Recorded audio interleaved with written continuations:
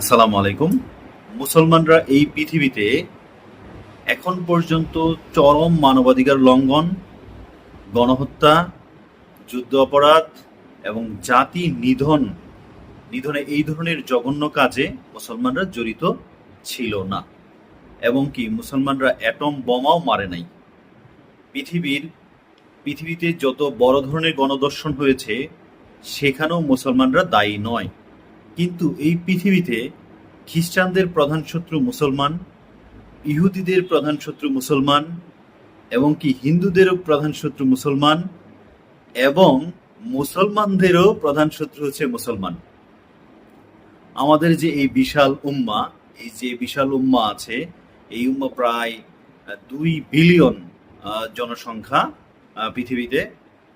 কিন্তু এরা কখনো একত্রিত হতে পারে নাই এবং একত্রিত হতে তারা চাচ্ছেও না বর্তমান প্রেক্ষাপটে। তবে সাম্প্রতিককালে দেখা যাচ্ছে সৌদি আরব, তুরস্ক ও পাকিস্তান তারা নেটোর আদলে একটা সংগঠন যদি দাঁড় করাইতে পারে, তাহলে আমরা দেখব যে যে মুসলমানের যে সংখ্যাগরিষ্ঠতা বা মুসলমানের যে ব্যাপক জনসংখ্যা আছে মুসলমান, যেমন ওই প্রান্তে মরক্কো থেকে যে ইন্দোনেশিয়া, এই যে পুরা অঞ্চল যে মুসলমান, এবং হচ্ছে পৃথিবীর বিশাল অংশ দূরে যেমন হচ্ছে মুসলমানরা অবস্থান করতেছে, এবং বলা যায় পৃথিবীর যে প্রাণ কেন্দ্র সেখানেও কিন্তু মুসলমানরা অবস্থান করতেছে।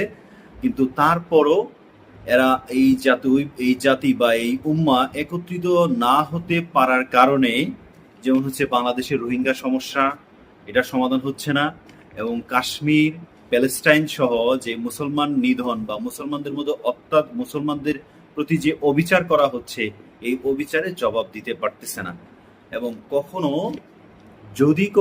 নেটোর আদলে যদি মুসলমানরা যদি ওরকম একটা ফোর্স তৈরি করতে পারে, তাহলে দেখা যাবে যে এই ধরনের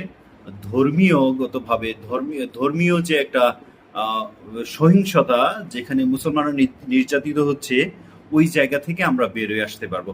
এবং ওখান থেকে বের হয়ে না আসার আরেকটা কারণ হচ্ছে যে ডলার ফাঁদ।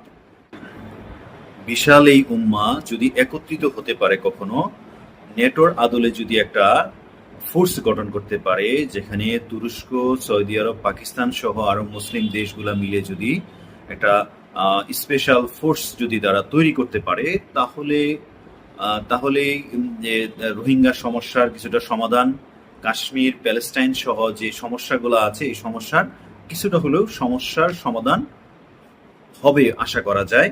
কিন্তু না হওয়ার কারণটা হচ্ছে যে সেই সমাধান বিশ্ব জানে, কিন্তু এখান থেকে বেরোয় আসতে পারে না। কারণ হচ্ছে ডলার ফাঁদে পড়া। এই ডলার ফাঁদে পড়েই রাষ্ট্রগুলো ঘুরপাক খাচ্ছে। ধন্যবাদ সবাইকে।